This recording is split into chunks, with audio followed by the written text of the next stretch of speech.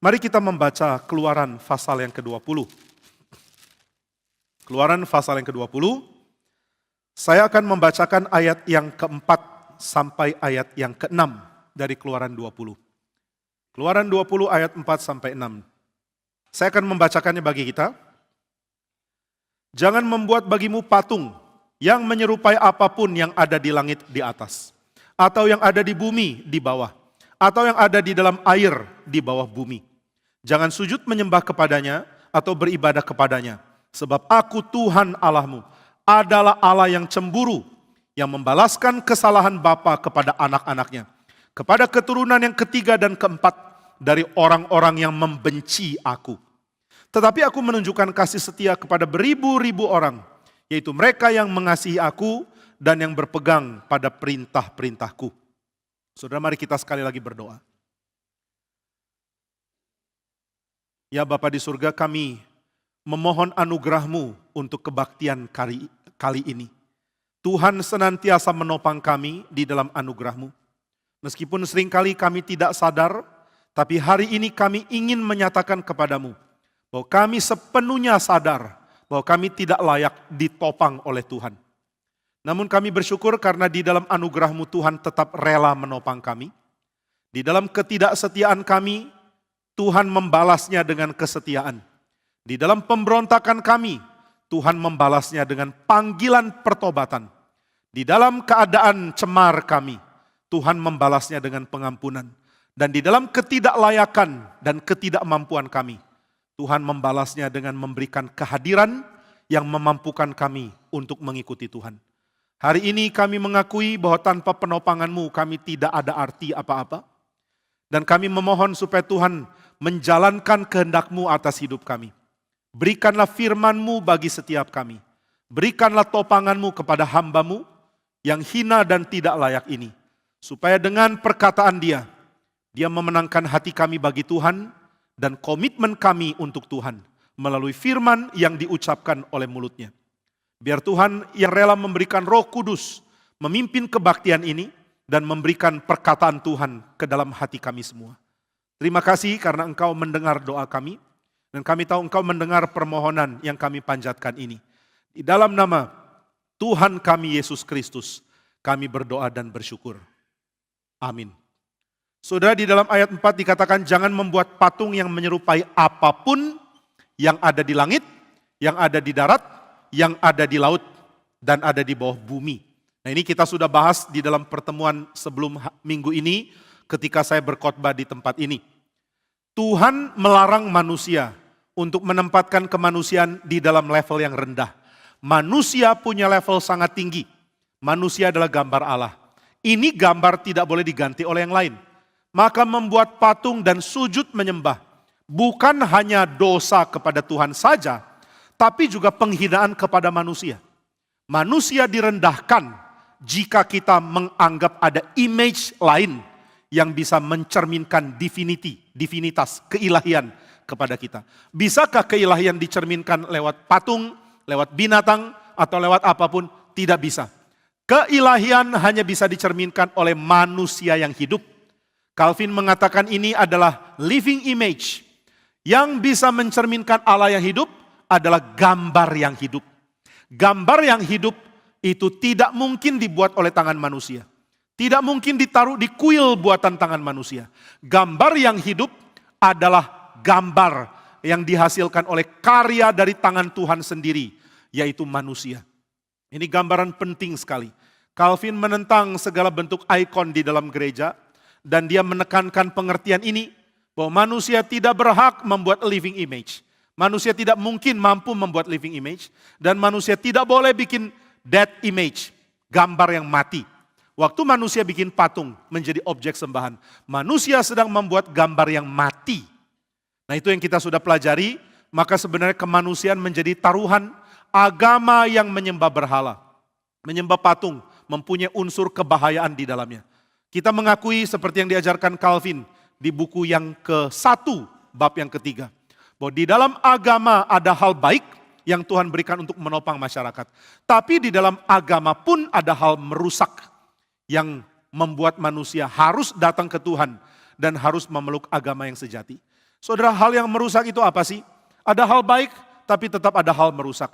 Di dalam ajaran Buddhisme ada hal baik yang menekankan tentang penghargaan kepada keadilan, penghargaan kepada nyawa. Tapi ada banyak hal yang merusak ketika penghargaan itu tidak diimbangi dengan penghargaan kepada manusia sebagai gambar Allah. Dengan tidak adanya manusia sebagai gambar Allah di dalam konsep agama, baik itu agama Buddhisme, Hinduisme, Islam, Yahudi bahkan di dalam cara yang masuk ke dalam ajaran protognostik. Yahudi perjanjian lama sangat menekankan manusia sebagai gambar Allah. Yahudi di dalam pengaruh dari protognostisisme sangat meremehkan manusia di dalam kondisi fisik. Maka Judaisme yang lari dari Alkitab, agama apapun yang tidak berdasarkan pada kitab suci, semua akan meremehkan manusia. Manusia tidak lagi diberikan tempat yang dihargai sebagaimana seharusnya. Nah, ini hal yang kita sudah pelajari dan hari ini kita mau belajar lebih lanjut mengenai Tuhan adalah Allah yang cemburu dan Dia marah kalau manusia membuat patung lalu sujud menyembah kepadanya. Mengapa sujud menyembah kepada patung membangkitkan cemburu Tuhan dan Tuhan menjadi begitu marah? Saudara, di dalam seluruh kitab suci dikatakan Allah adalah Allah yang berespons dengan cara yang unik terhadap tindakan manusia. Salah satu respons Tuhan adalah bertindak di dalam api cemburu. Dia cemburu, dia marah, dia mempunyai zeal untuk mulia yang dia miliki. Dia mempunyai zeal untuk kekudusannya. Maka dia marah dengan api cemburu yang besar untuk dosa-dosa tertentu.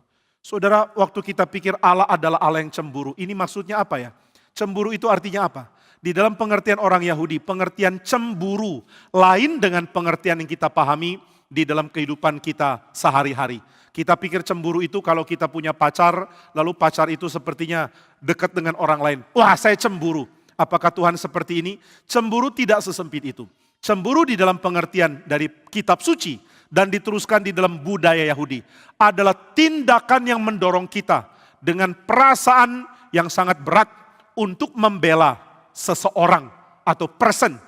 Demi membela dia, saya akan bertindak zealous, bertindak dengan rasa cemburu yang besar. Sudah di dalam seluruh pengertian ini, semua sifat cemburu yang baik itu datang dari Tuhan. Saya bertindak berdasarkan cemburunya Tuhan. Nah, itu baru tindakan yang akan dianggap benar oleh Tuhan. Maka di seluruh alam yang berhak cemburu itu hanya Tuhan. Aku adalah Allah yang cemburu, demikian kata Tuhan. Allah yang cemburu, apakah artinya? Artinya Dia adalah satu-satunya yang berhak untuk mengklaim bahwa seluruh hidup harus ada di dalam level penghargaan kepada hidup yang bersumber dari Tuhan. Tuhan adalah sumber hidup. Dan waktu Dia membagikan hidupnya kepada siapapun yang ada di dunia, hidup itu harus dihargai dengan jiwa zeal yang sangat besar. Jadi saudara, penghargaan kepada hidupnya Tuhan, inilah sumber dari kecemburuan Tuhan. Tuhan semesta alam akan bertindak berdasarkan cemburunya. Cemburu Tuhan semesta alam akan menjalankan hal ini. Nah, ini dikatakan beberapa kali termasuk di dalam kitab Yesaya. Tuhan akan pulihkan Israel dari pembuangan. Tuhan akan bikin mereka jadi bangsa yang besar. Tuhan akan dirikan kembali bait suci. Tuhan akan dirikan kembali monarki di dalam tradisi keturunan Daud. Dan Tuhan akan melakukan itu oleh karena cemburunya. Waduh, ini bikin kita tambah bingung. Cemburunya Tuhan itu apa sih? Apa yang bisa kita pahami tentang cemburu ini? Saudara, cemburu adalah pembelaan kepada hidup. Jika hidup itu diancam, ada zeal yang besar untuk membelanya. Nah, ini yang disebut dengan cemburunya Tuhan. Orang yang mencintai hidup, lalu mati-matian mau bela hidup, inilah orang yang mengerti zeal-nya Tuhan. Nah, salah satu orang yang punya zeal seperti ini di dalam tradisi Israel adalah seorang cucu dari Harun, namanya adalah Pinehas. Nah, saudara, kalau tahu kejadian di dalam kitab Bilangan, pada waktu itu ada seorang namanya Bileam. Bileam ini nabi, tapi nabinya nabi yang suka duit. Dia sih nabi Tuhan. Tuhan bicara apa dia akan sampaikan. Tapi dia punya yang lain selain Tuhan. Aku nabinya Tuhan. Tapi aku juga cinta uang. Nah, saudara, ini harus hati-hati ya. Saudara, jangan jadi Bileam. Bileam itu cinta Tuhan, tapi juga cinta duit. Saudara, kalau cinta Tuhan plus cinta duit, saudara Bileam. Siapa di sini mau jadi Bileam? Silakan angkat tangan. Gak ada. Saya nggak mau Pak jadi Bileam. Kalau tidak mau jadi Bileam, cintailah Tuhan dan jangan cinta uang. Bapak pura-pura, memangnya Bapak tidak cinta uang. Saya mematikan cinta kepada uang. Jika Tuhan memberikan uang, mari kelola baik-baik. Jika Tuhan menganugerahkan uang berapa banyak, mari kelola baik-baik. Tapi jangan menginginkan lebih dari yang Tuhan sudah berikan. Tiap kali ada keinginan mau dapat lebih, itu keinginan adalah godaan dari setan. Mengapa engkau tidak merasa hidupmu yang sekarang berkelimpahan? Jika kita tidak merasa berkelimpahan, jebakan setan akan muncul. Dan kita menjadi orang yang mencintai uang, bukan mencintai Tuhan. Nah Bileam ini nabi Tuhan, tapi cinta uang. Dia mulai pikir, bisakah aku mengucapkan firman demi nama Tuhan? Dapat perkenanan Tuhan. Tapi saya juga mau dapat uang dari Balak. Bolehkah aku dapat perkenanan Tuhan plus uang? Boleh dong, kenapa enggak? Nah banyak gereja ajar seperti ini. Kamu bisa kok diperkenan Tuhan dan tetap kaya raya.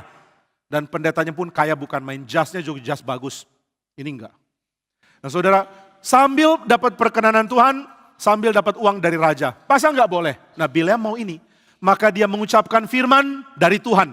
Israel engkau mulia, semua bagus. Dari ujung kepala sampai ekor. Dari titik awal perkemahan sampai ujung terluar. Semuanya agung. Aku ingin hidup seperti kamu hai Israel. Aku ingin mati seperti kematianmu yang agung itu. Waduh ini pujian bukan kutuk. Maka Raja Balak marah sekali. Kenapa sih kamu tidak mau kutuk Israel? Bileam bilang gak boleh, aku nabinya Tuhan. Ya sudah, kalau kamu tidak kutuk kamu gak dapat uang. Waduh Bileam mulai panik. Aku mau dapat perkenanan dari Tuhan, tapi uangnya Balak juga bolehlah. Akhirnya dia minta uang Balak dengan kasih nasihat. Hei Balak, tahu tidak yang bikin orang Israel hancur adalah kalau mereka dihukum oleh Tuhan. Bagaimana caranya mereka dihukum Tuhan? Bikin anak-anak muda mereka menyembah berhala dengan goda pakai anak-anak mudamu yang perempuan. Ayo Raja Balak kumpulkan anak-anak muda yang perempuan di Midian, di Moab. Cari yang paling cantik. Suruh mereka dandan secantik mungkin. Suruh mereka pakai baju yang paling menonjolkan keindahan tubuh mereka. Lalu jalan-jalan dekat perkemahan Israel. Nah ini strateginya Bileam. Untuk ini Bileam dibayar mahal. Balak bilang, Bileam idemu bagus. Bagus dan mahal tuanku raja. Mohon kirim ke transfer rekening nomor 1234567 Bank BCA. Nah, lalu dia sudah jadi kaya karena dapat uang dari Raja Balak. Raja Balak mulai menjalankan rencananya. Perempuan yang cantik-cantik dikumpulkan. Hei yang cantik, ayo. Ada kontes kecantikan. Nah ini kontes kecantikan yang terjadi. Mungkin pertama di dalam sejarah manusia. Diadakan oleh Raja Balak. Nah kan ini enggak ada di Alkitab ya, tapi ini saya duga terjadi. Kalau saya salah, ya lu juga enggak tahu jadi terima aja lah. Nah saudara, ayo bikin kontes kecantikan. Nah maka jangan bangga kalau saudara dibilang cantik. Oh kamu cantik ya. Saudara kalau dibilang cantik mesti mengatakan, saya enggak mau cuma cantik. Saya maunya saleh. Nah ini baru benar ya. Orang Kristen yang baik menginginkan diperkenan Tuhan. Bukan menginginkan pujian dunia. Sekarang banyak anak muda maunya dibilang cantik. Pokoknya cantik, bajunya bagus, tampangnya bagus. Ini yang paling laku. Bukan. Tuhan tidak suka yang tidak menghargai kekudusan dan juga kestabilan hidup di dalam penghormatan kepada Tuhan. Maka perempuan yang paling cantik dikumpulkan, kasih baju yang menunjukkan keindahan tubuh mereka. Mulailah mereka jalan di catwalk. Tempat jalannya kucing. Nah mereka jalan di tempat jalan kucing, lalu pemuda Israel mulai lihat, kok cantik-cantik ya? Lalu mereka mulai bicara, bisik-bisik satu sama lain. Raja Balak memang kita musuhi. Tapi perempuan-perempuan ini masa sih dimusuhi? Nah mereka mulai mendekat, mereka mulai ajak kenalan. Halo namamu siapa? Nama saya Setania. Maaf ya kalau ada yang namanya Tania, bukan saya nggak bilang Tania. Setan, Nia. Namamu siapa? Iblis ya. Namamu siapa? Ularia. Nah akhirnya orang-orang Israel jatuh cinta sama Setania, sama Iblis Ria, sama siapa tadi? Ya itulah, gak usah dicatat. Nah saudara mereka mulai jatuh cinta, mereka senang. Kemudian perempuan-perempuan ini mengajarkan mereka, tahu nggak? Ibadahmu membosankan. Hati-hati ya, kalau ada pemuda reform suka sama pemudi dari gereja lain, karena cantik. Lalu pemudi itu langsung ngomong, ibadahmu membosankan. Putusin aja lah. Tapi nanti saudara bilang, Pak Jimmy mau tanggung jawab nggak? Saya putusin yang ini. Bapak cariin lagi ya. Saya mau aja cariin, tapi nggak tentu dia mau sama kamu, jadi apa boleh buat. Nah saudara kalau dia bilang, ibadahmu membosankan. Ya udah, kita temenan aja deh. Saya nggak mau diseret untuk hal-hal yang esensial. Nah, anak-anak muda Israel ini nggak ngerti. Mereka mengatakan, oh cantiknya orang-orang Midian, orang-orang Moab ini. Ayo kita bergaul dengan mereka. Cuma bergaul, harmless, nggak ada salahnya. Tapi pelan-pelan mereka mulai diseret. Ibadahmu membosankan. Masa sih? Iya tuh lihat, yang pimpin ibadah kok udah tua. Tua-tua tapi pintar naik gunung, namanya Musa. Iya tapi ibadahnya membosankan. Kenapa membosankan? Karena sambil ibadah, sambil suci. Kalau kami lain, sambil ibadah, sambil bersetubuh. Hah, mana bisa ibadah sambil bersetubuh? Bisa. Dalam ibadah kami begitu. Bersetubuh sama siapa? Sama kami. Waduh, laki-laki Israel langsung suka. Boleh juga deh, ibadah sambil bersetubuh dengan perempuan cantik seperti ini. Pasti menyenangkan. Lalu mereka mulai jatuh dalam dosa. Begitu mereka mulai jatuh dalam dosa, Tuhan marah sekali. Tuhan mau hancurkan Israel. Lalu Pinehas lihat ada satu orang perempuan dari Moab dan Midian. Gandeng seorang laki-laki Israel. Mereka masuk ke dalam kemah untuk bersetubuh. Pinehas marah bukan main. Dia ambil tombak, dia kejar dua orang itu. Dia tikam keduanya sampai mati. Saudara, apakah Pinehas jahat? Tidak, dia tikam dengan perasaan hancur hati. Dia bukan orang yang suka membunuh. Saking psikopatnya, lihat ada orang, bisa dibunuh, asik bisa bunuh orang, hore bunuh orang. Lalu dia bunuh, lega rasanya kalau sudah bunuh orang. Enggak. Saudara, ada banyak tafsiran mengenai Pinehas. Salah satu yang bagus adalah dari tafsiran Second Temple Judaism. Yang memberikan tafsiran. Kira-kira Pinehas pikir apa ya ketika Kira-kira Pinehas pikir apa ya ketika dia bunuh dua orang ini? Nah, ada yang menafsirkan Pinehas hatinya sangat sedih. Dia melihat pemuda Israel, dia sedih. Ini pemuda Israel harusnya hidup beres. Harusnya hidup baik. Tapi dia sudah dijerat oleh setan dan tidak bisa ditolong lagi. Maka dia dengan gemetar ambil tombak. Dan dia berdoa, Tuhan, aku harus matikan dua orang ini. Aku harus eksekusi mereka. Tidak ada cara lain. Maka dengan sedih, dengan hati hancur, dia digerakkan oleh amarahnya Tuhan. Nah ini penting untuk kita ketahui. Sedih, hati hancur, kok bisa digerakkan oleh amarah? Karena ini amarah yang suci. Dia marah karena apa? Dia bukan marah karena dua orang itu. Dia marah karena hidup sedang diancam. Hidup diancam oleh siapa? Oleh setan. Bagaimana setan mengancam hidup? Dengan bikin orang Israel berzina dengan perempuan-perempuan Moab dan Midian. Lalu menyembah berhala. Pinehas marah karena hal ini. Lalu dia kejar dua orang itu dengan amarah menyala-nyala. Kemudian dia bunuh. Dan setelah itu murka Tuhan surut. Tuhan mengatakan, saya tidak marah lagi. Karena amarahku sudah diwakili oleh Pinehas. Pinehas marah ke siapa sih? Kedua orang berdosa itu bukan. Pinehas marah ke siapa? Dia marah kepada apapun yang mengganggu hidup. Allah adalah Allah yang hidup. Maka apapun yang mengganggu hidup yang bersumber dari Tuhan. Itu akan membakar Tuhan dalam cemburu. Tuhan cemburu atas mulianya sendiri. Ini pengertian yang dimiliki di dalam teologi dari seorang namanya Jonathan Edwards. Tapi juga ada pengertian lain yang kita bisa pahami dari kitab suci. Yang tidak meniadakan pengertian tadi, tapi menambahkan perspektif tentang cemburunya Tuhan. Tuhan cemburu bagi kemuliaannya, itu satu hal. Tapi yang lain, Tuhan cemburu untuk mempertahankan hidup. Cemburu karena dia tahu, jika bukan dia sumber hidup, manusia tidak akan mempunyai hidup. Hidup di dalam Tuhan adalah satu-satunya cara hidup. Hidup di luar Tuhan itu bukan hidup. Maka siapa mau jalani hidup di luar Tuhan, dia sedang membuang hidupnya. Saudara kalau buang hidup, saudara mau nangis pun tidak bisa peroleh kembali hidup itu. Hiduplah di dalam Tuhan, jangan hidup lari dari dia. Nah maka Tuhan cemburu karena apapun yang membuat hidup yang dia rancang diganggu, dia akan marah. Jadi Tuhan marah karena apa? Karena manusia dimatikan. Ini Tuhan terbakar di dalam cemburu, dia marah sekali. Kenapa dia marah? Oleh karena Midian dan Moab. Karena Midian dan Moab membuat orang Israel tidak punya keturunan yang saleh. Saudara, iblis punya strategi, bukan membunuh saudara. Iblis punya strategi jauh lebih dalam dari itu. Jauh lebih jangka panjang. Dia adalah investor yang invest di dalam semua jenis investasi yang sifatnya jangka panjang. Dia nggak bodoh seperti banyak orang mau untung cepat. Yang suka untung cepat, lu bodoh. Banyak orang goblok di dunia ini. Mau cepat-cepat untung, akhirnya hancur karena serakah. Yang mau cepat untung, Belajar pintar sedikit lah. Yang mau keuntungan jangka panjang, dia mirip setan dalam hal yang baik. Tapi jangan jadi setan loh ya. Setan itu investasinya jangka panjang. Kenapa dia merusak hidupmu? Karena dia mengincar keturunanmu. Kenapa dia merusak hidupmu? Hai para ayah. Karena dia mau hancurkan anak-anakmu, cucumu, anak cucumu, dan anak dari cucumu. Kenapa dia menghancurkan kau? Hai perempuan-perempuan. Karena dia mau hancurkan anakmu, anak dari anakmu, anak dari anakmu. Itu yang dia incar. Engkau dengan bodoh mengatakan, enggak lah, enggak apa-apa. Kalaupun saya hancur enggak apa-apa, kan cuma saya.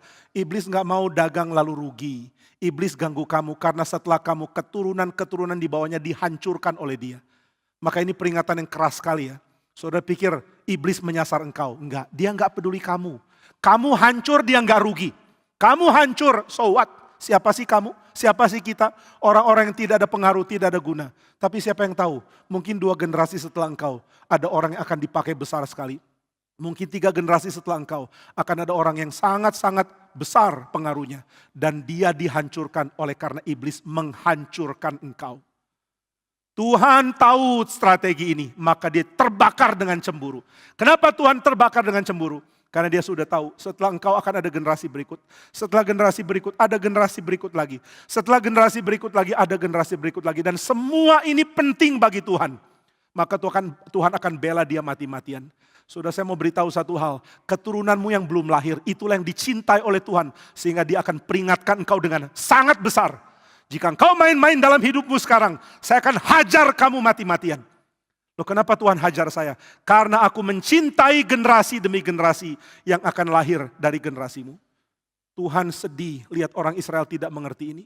Mereka buang hidup mereka dengan bergaul dengan perempuan Moab. Dengan bergaul dengan perempuan-perempuan Midian. Mereka buang hidup mereka, tapi mereka tidak sadar. Mereka sedang buang generasi selanjutnya. Mereka sedang buang anak-anak mereka. Mereka sedang buang generasi anak dari anak mereka. Mereka sedang buang ratusan ribuan tahun dari ini. Bayangkan apa yang terjadi ya. Setelah generasi Israel muncul generasi dipimpin Yosua. Salah satu generasi paling bagus dari Israel. The best generation ever adalah generasi setelah generasi yang kacau gara-gara Bileam. Gara-gara kasus Baal Peor ini. Saudara, generasi emas muncul di bawah pimpinan Yosua. Yosua memimpin pasukan yang paling canggih.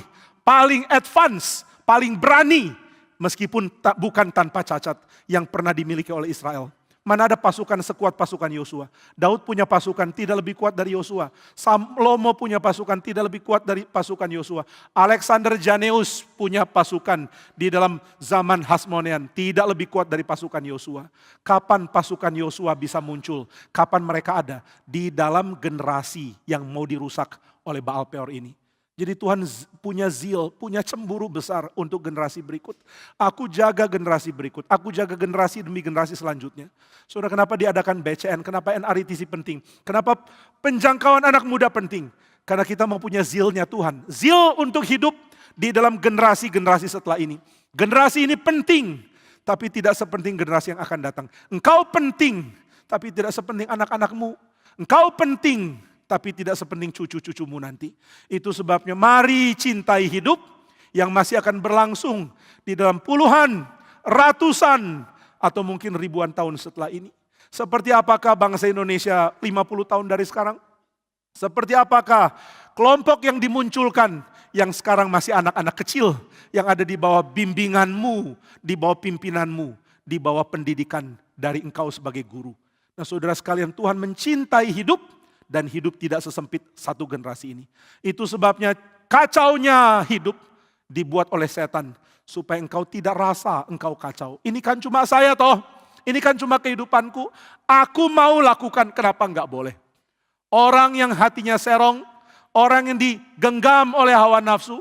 Orang yang tidak bisa lepas dari dosanya. Ingat ini baik-baik. Engkau begitu egois.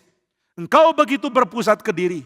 Engkau tidak perhatikan apapun yang lain selain dirimu sendiri. Dan ini merusak hidup, merusak bangsa, merusak gereja. Sebab engkau tidak tahu betapa merusaknya tindakanmu sekarang. Oleh karena tindakanmu akan berefek untuk generasi selanjutnya. Nah, maka Tuhan mengatakan di dalam ayat yang kita baca tadi. Jangan bikin patung, jangan menyembah kepadanya. Sebab aku Tuhan Allahmu adalah Allah yang cemburu. yang membalaskan kesalahan bapa kepada anak-anaknya, kepada keturunan ketiga dan keempat dari orang-orang yang membenci aku. Ini maksudnya apa ya? Tuhan marahnya sama kita. Kok anak-anak kita yang kena? Bukan. Tuhan mengatakan kalau aku marah sama kamu karena kamu menyembah berhala. Yang kena efek adalah generasi berikut. Generasi yang kedua, ketiga, dan keempat gara-gara kamu. Engkau bersalah, tapi yang tanggung sampai generasi keempat. Tuhan kok jahat, tanggungkan ke mereka. Bukan Tuhan jahat.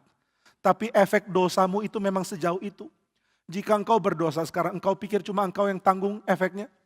Jika seorang kepala keluarga jatuh di dalam dosa kesalahan, dia pakai uang, berjudi, lalu uang itu habis. Apakah cuma engkau yang tanggung kesalahannya? Bagaimana dengan anak-anakmu?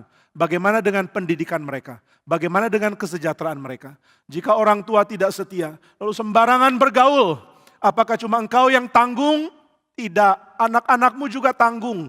Muka-muka kecil itu akan melihat engkau dan mengatakan, peliharalah kami. Dan engkau palingkan wajah dari mereka dan mengatakan, saya tidak peduli kamu. Saya cuma peduli kesenangan saya sendiri. Kalau aku mau senang, kenapa enggak boleh? Kenapa engkau mengganggu kesenangan saya? Nah, inilah setan. Inilah kejahatan setan. Bikin kita sama jahatnya dengan orang-orang paling jahat di bumi. Dengan mengabaikan generasi yang Tuhan cinta. Maka Tuhan mengatakan jangan menyembah berhala. Kenapa? Karena efeknya akan ditanggung oleh generasi setelah kamu.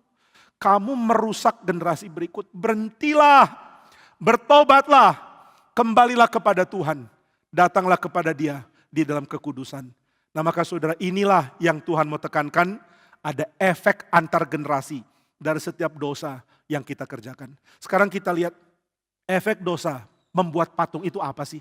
Kenapa membuat patung itu sesuatu yang sangat bahaya? Sehingga keturunan yang kedua, keturunan ketiga, keturunan keempat, semua kena kekacauan yang terjadi karenanya. Nah sekarang saya akan bahas khusus dalam hal ini, meskipun semua dosa lain selalu ada kaitan dengan generasi berikut. Namun sekarang saya harus bahas yang berkait dengan tema dari hukum. Yang kedua, jangan membuat patung. Kenapa patung tidak boleh dibuat? Karena patung akan mendistorsi konsep Allah yang hanya mungkin ditemukan dari firman. Dan ini sesuatu yang sangat bahaya. Dari mana orang bisa memahami siapa Allah? Dari firman. Lalu pengenalan akan Allah membuat manusia akan melakukan apa ya? Pengenalan akan Allah membuat manusia akan menghargai hidup. Pengenalan yang benar membuat manusia menghargai hidup dengan cara yang benar. Itu sebabnya pengenalan akan Allah sangat penting. Tapi kita ini sulit mempunyai pengenalan akan Allah. Karena kita maunya langsung mendapatkan kesimpulan tanpa bergumul. Langsung tahu kebenaran. Langsung tahu tentang Tuhan. Di dalam cara yang sangat disimplifikasi. Oversimplified method to know God. Nah ini yang kita suka. Kita nggak suka khotbah yang terlalu dalam, kita suka khotbah yang langsung konklusif dan dangkal. Karena kita bisa ngerti. Tapi kalau kita cuma mengerti Tuhan di dalam pengertian yang dangkal dan konklusif secara terlalu terburu-buru, kita akan salah kenal Tuhan. Dan salah kenal Tuhan akan menyebabkan segala kecenderungan berdosa menjadi sesuatu yang naturali akan muncul dan menjadikan pengenalan yang salah akan Tuhan sumber dari banyak dosa di dalam kebudayaan. Saudara, di dalam abad yang ke-16 dan 17 itu ada metode melukis yang ditemukan dan jadi populer dalam zaman Renaissance, yaitu dari abad yang ke-14, 15, dan 16 maaf. Yaitu cara melukis di dalam metode fresko. Ada cetakan yang nanti akan ditaruh di tembok atau di langit-langit. Lalu cetakan itu ditunggu dulu sampai 1 jam untuk dia kemudian mulai mengeras. Ketika dia mulai mengeras, pelukis akan mulai melukis di media ini. Dan mereka hanya punya waktu 2 jam sebelum akhirnya seluruh cetakan menjadi keras. Dan tidak bisa dilukis lagi, tidak bisa diganti lagi. Lukisan yang sudah ada menjadi fix dan menjadi sesuatu yang abadi. Selama ratusan tahun tidak akan ada perubahan warna. Nah ini yang dilakukan oleh para pelukis terutama di dalam zaman Renaissance, metode fresko. Nah ada orang jenius namanya Leonardo da Vinci. Leonardo ini merasa dia bisa menemukan penemuan, dia banyak sekali penemuan-penemuan. Dia mengatakan metode fresko itu nggak benar, saya mau temukan metode yang lebih baru. Dia bikin cetakannya sendiri. Nah dibikin cetakannya sendiri, di mana cetakan itu masih mungkin dikoreksi. Kalau metode fresko yang biasa nggak bisa. Saudara salah garis ya sudah, itu garis nggak bisa dihapus. Pelan-pelan akan mengeras dan selama ratusan tahun akan bertahan. Kalau mau ubah ya bobok semua. Nah Leonardo ini orang yang Selalu dapat ide baru. Sehingga kalau dia melukis dia merasa nggak bisa, mau diubah. Dia suka mengubah lukisannya. Nah, maka dia tidak suka metode fresko yang lama. Dia mau metode fresko cetakan baru yang masih mungkin dikoreksi. Nah, dia lakukan ini di Santa Maria delle Grazie di Milan. Ini adalah sebuah biara di mana dia disuruh melukis Last Supper di tempat makan para biarawati. Jadi para biarawati itu makan sambil lihat lukisan teragung sepanjang sejarah. Itu anugerahnya besar sekali ya. Kita cuma lihat cetakan print dari lukisan-lukisan agung, nggak pernah dapat yang asli. Nah, maka Leonardo bikin cetakannya sendiri supaya bisa dikoreksi.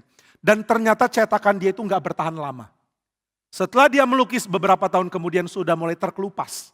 Lalu orang bilang, Leonardo lukisanmu terkelupas. Dia bilang, udahlah nanti aja saya perbaiki. Sampai mati dia lupa perbaiki. Maka sudah kalau udah janji jangan tunggu mati ya, nggak bisa lagi lakukan apa-apa. Sekarang lukisan itu makin habis. Saudara kalau belum pernah lihat lukisan itu, cepat-cepat lihat. Supaya sebelum hilang saudara bilang, paling tidak saya sudah pernah lihat lukisan itu.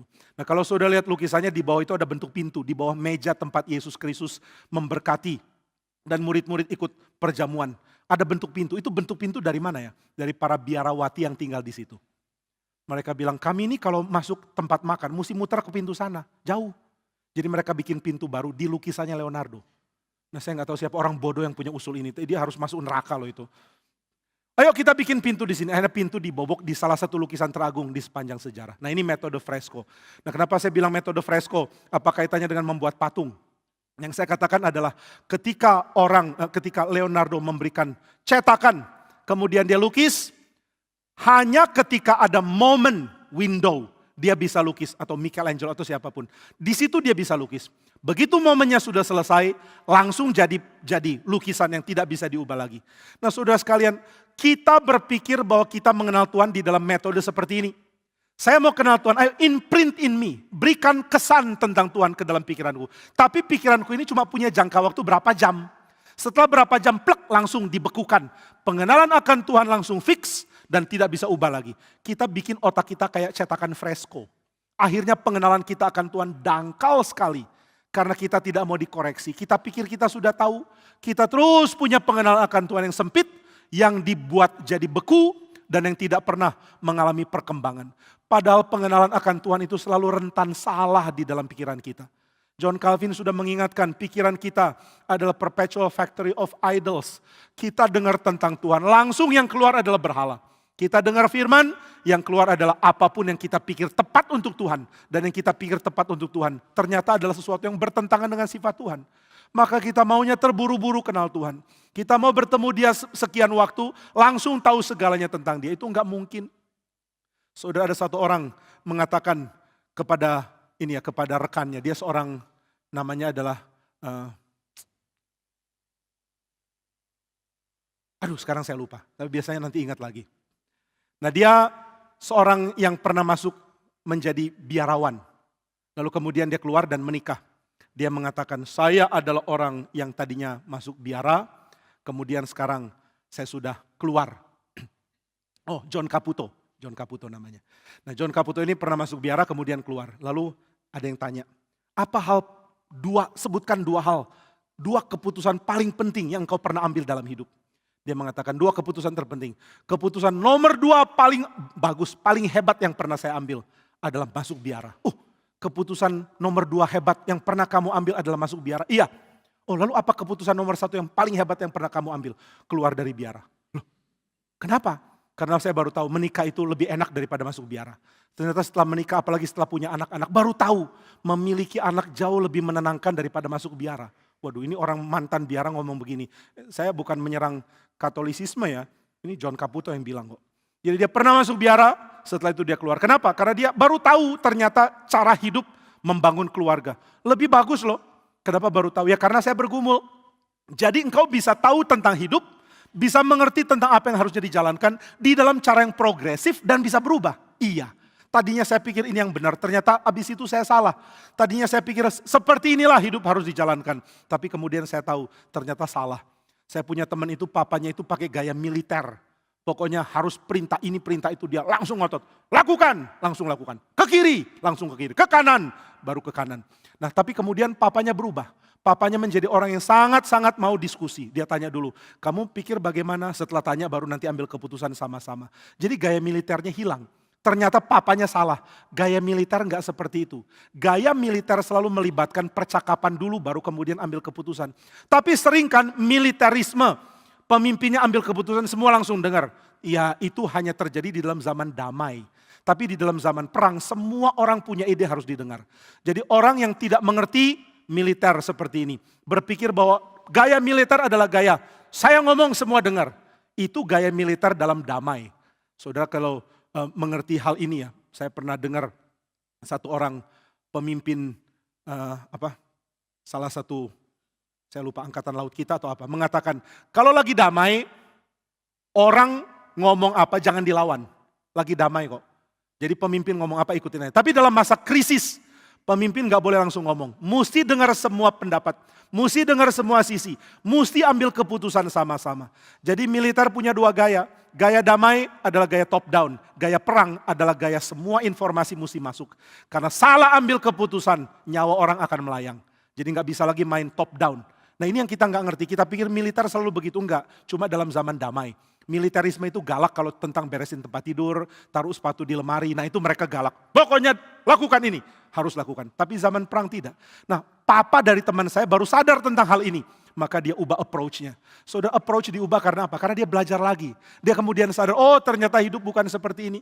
Nah kalau saudara punya pergumulan untuk mengerti hidup, di dalam cara yang panjang seperti ini, bagaimana mungkin saudara merasa saudara bisa langsung rangkum pengenalan akan Tuhan di dalam momen perjumpaan yang terlalu singkat. Kita ini harus terus-menerus buka pikiran untuk kenal Tuhan. Dengar firman, kenal Tuhan. Dan jangan ngotot untuk memegang kesimpulan kita sendiri. Ada kesimpulan dari pengakuan iman gereja, itu pegang dong. Karena ini diambil dengan tidak sembarangan. Melibatkan begitu banyak orang dan di dalam pergumulan waktu yang panjang. Tapi kesimpulanmu sendiri jangan jadikan mutlak. Maka jangan kurung pengenalan akan Tuhan dengan terlalu dangkal dan terlalu cepat. Nah saudara membuat patung itu merisikokan pengenalan akan Tuhan. Dikurung dengan terlalu cepat. Waktu orang Israel tunggu Musa turun dari gunung. Musa sudah naik gunung kok gak turun-turun. Lalu mereka rapat, Harun pimpin rapat. Gimana ini ya? Musa umur berapa ya? Aduh Musa udah 80.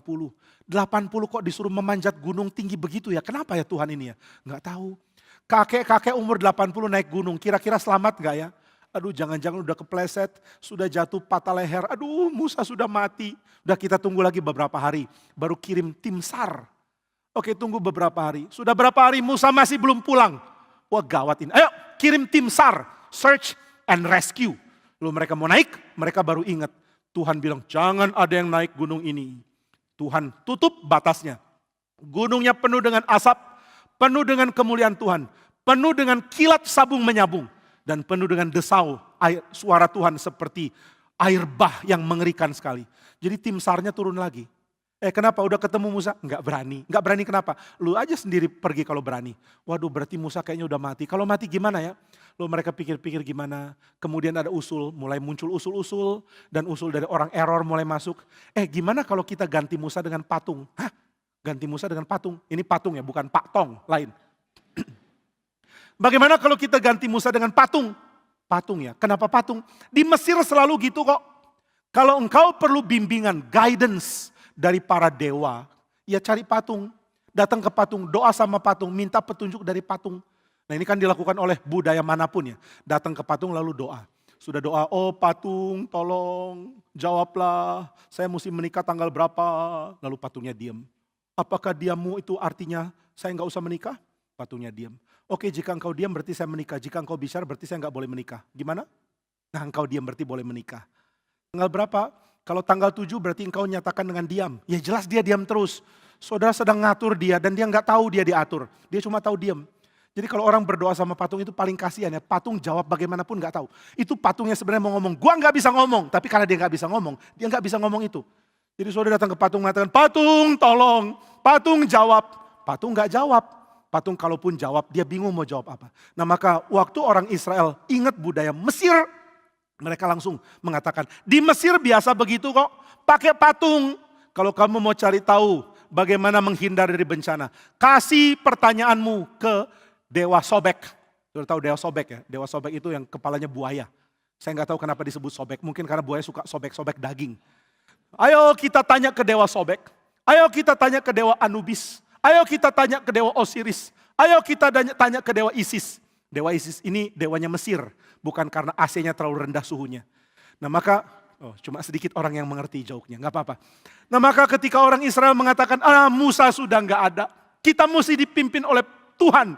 Bagaimana Tuhan pimpin? Kalau di Mesir sih biasanya Tuhan pimpin itu pakai patung. Dewa-dewa pimpin kita pakai patung. Terus gimana dong? Ya sudah kita bikin patung. Nah Harun gak ngerti. Harun mengatakan, oke, kita pakai patung.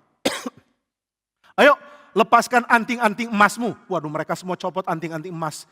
Anting emas, anting hidung dari emas, gelang emas, semua perhiasan emas ditaruh.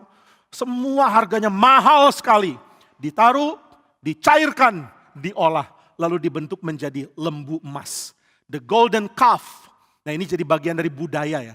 Saudara kalau di dalam percakapan tentang golden calf.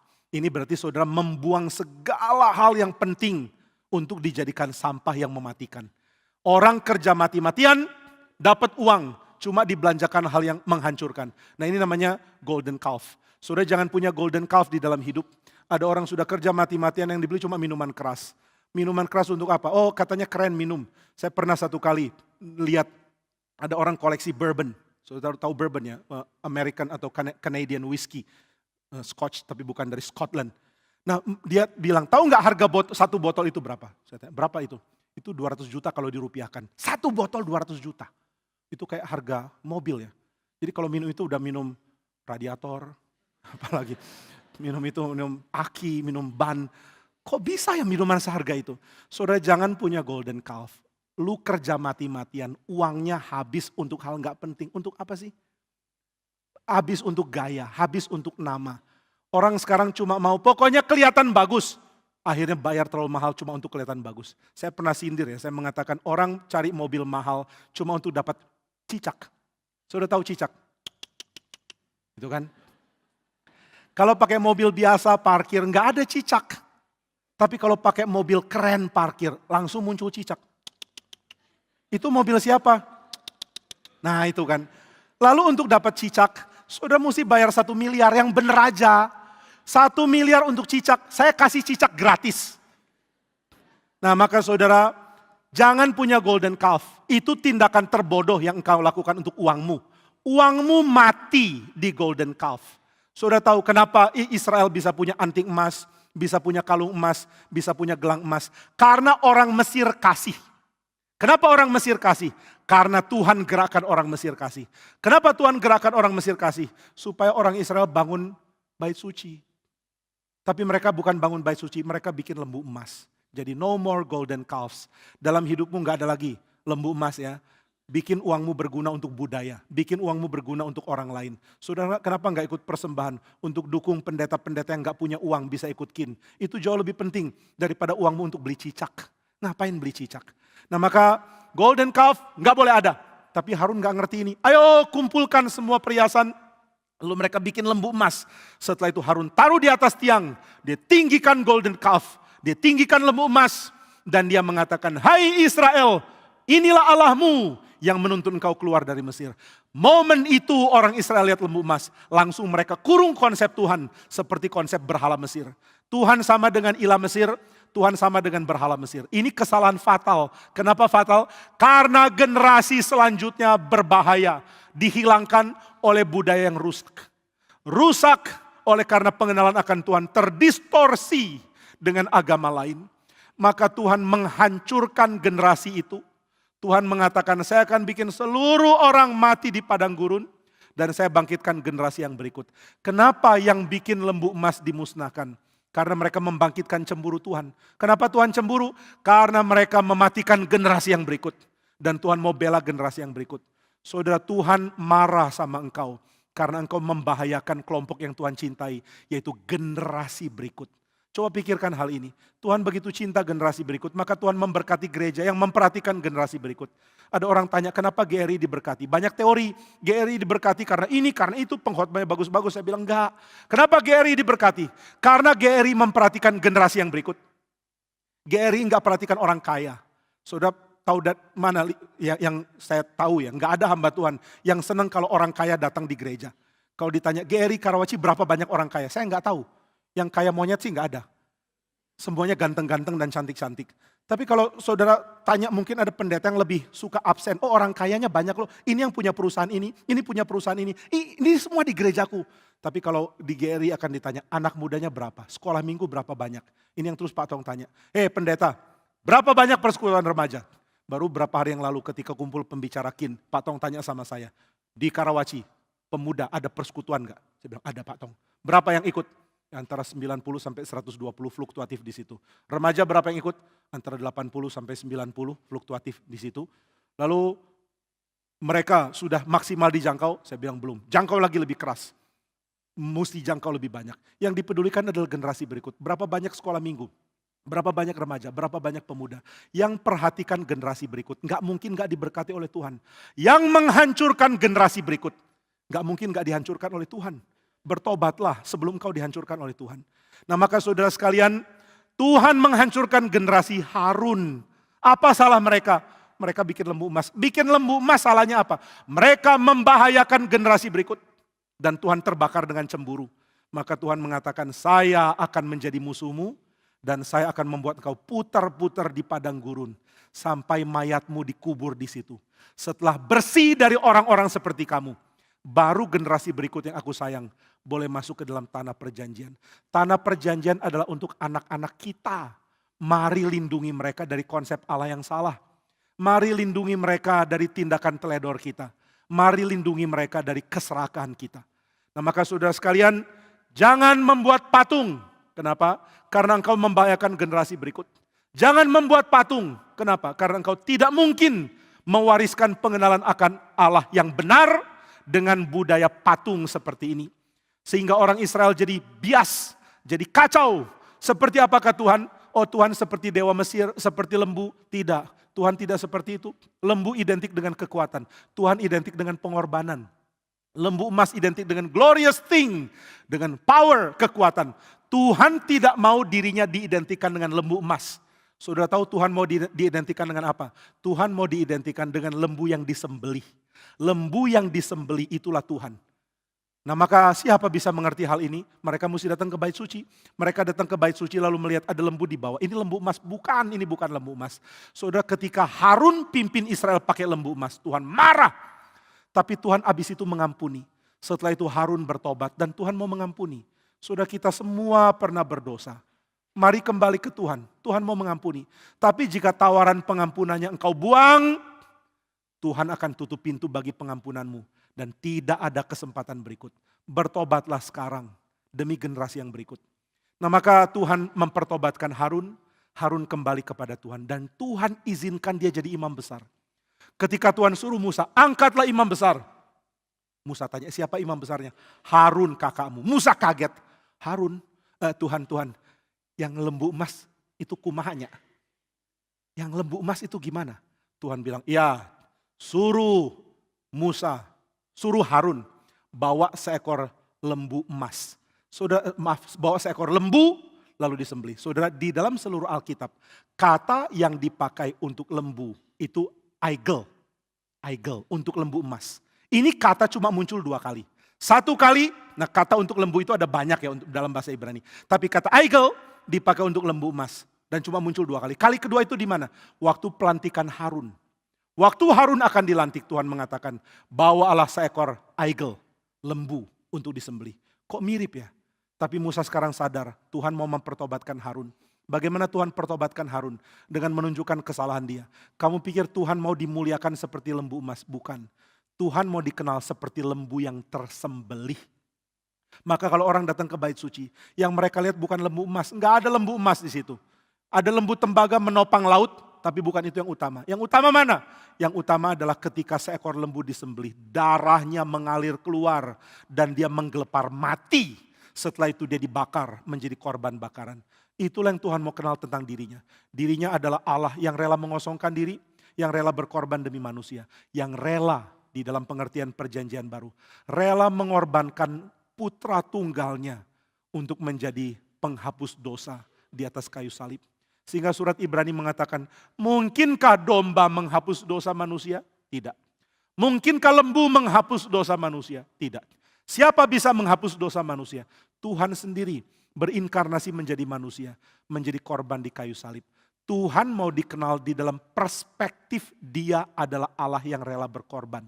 Bukan perspektif glorious dan power seperti yang dipahami Mesir. Maka hati-hati mengenal Tuhan, kembalilah ke kitab suci. Jangan dikacaukan dengan konsep yang salah tentang Tuhan. Sekali kita membuat kebudayaan kita rentan dengan kesalahan mengenal Tuhan, kita sedang membahayakan generasi yang berikut. Sudah pikir gereja-gereja yang doktrinnya kacau balau, itu sedang melakukan bakti bagi Tuhan. Mereka sedang membinasakan generasi berikut. Jika pengenalan akan Tuhan tidak ada dalam sebuah gereja, mereka sedang mengorbankan generasi berikut. Dan Tuhan akan terbakar dengan cemburu. Aku akan melakukannya oleh karena cemburuku. Cemburu untuk mempertahankan hidup, hidup yang dipertahankan lewat memelihara generasi demi generasi yang akan Tuhan bangkitkan nanti. Nah, kiranya Tuhan menolong kita mengerti bagian ini. Janganlah mempunyai berhala, jangan salah mengerti konsep tentang Tuhan. Jangan membuat patung yang membuat engkau mengurung pengenalan akan Tuhan di dalam cara yang sempit dan dangkal. Dan jangan membuang generasi berikut di dalam budaya yang rusak, budaya penyembahan berhala. Nah, kiranya kita disadarkan oleh Tuhan. Dengan hati yang lemah lembut mau datang ke Tuhan, mau dikoreksi oleh Tuhan. Dengan mengatakan, Tuhan, generasi berikut ada di tanganku juga. Anak-anakku ada di dalam tanganku juga. Tolong pelihara mereka dalam anugerah-Mu. Saya mau hidup beres di hadapan Tuhan. Saya mau dikoreksi oleh Tuhan. Saya mau hidup suci, bersih tangannya, hatinya, pikirannya. Untuk memelihara generasi yang berikut. Kiranya Tuhan berkenan atas hidup saya. Biarlah cemburu Allah semesta alam mengerjakan pekerjaannya yang sempurna di tengah-tengah kita. Mari kita berdoa. Bapa di surga, kami mohon, tolong kami menghargai apa yang Tuhan hargai. Jika Tuhan begitu mencintai generasi yang berikut, jangan biarkan kami membakar api cemburu-Mu dengan merusak mereka. Kami mohon jangan jadikan kami seterumu, jadikanlah kami milik-Mu, yang Kau cintai dan yang kami cintai selama-lamanya. Jadikan kami kelompok atau generasi yang dengan kekuatan yang sempurna dari Tuhan membela kepentingan generasi yang berikut. Biarlah kami berjuang di tengah gereja untuk generasi yang berikut mendapat berkat. Biarlah kami mengembangkan apa yang kami bisa kembangkan untuk generasi yang berikut mendapatkan berkat di dalam Tuhan. Biarlah kami melayani dengan rela berkorban demi generasi yang berikut mendapatkan berkat oleh karena pekerjaan Tuhan melalui kami. Tolong kami mengerti hal ini ya Tuhan. Tolong kami mengerti betapa besarnya dosa melanggar hak dan juga berkat yang harusnya diterima oleh generasi yang berikut. Kiranya Tuhan berikan belas kasihan kepada kami. Di dalam nama Tuhan Yesus kami berdoa. Amin.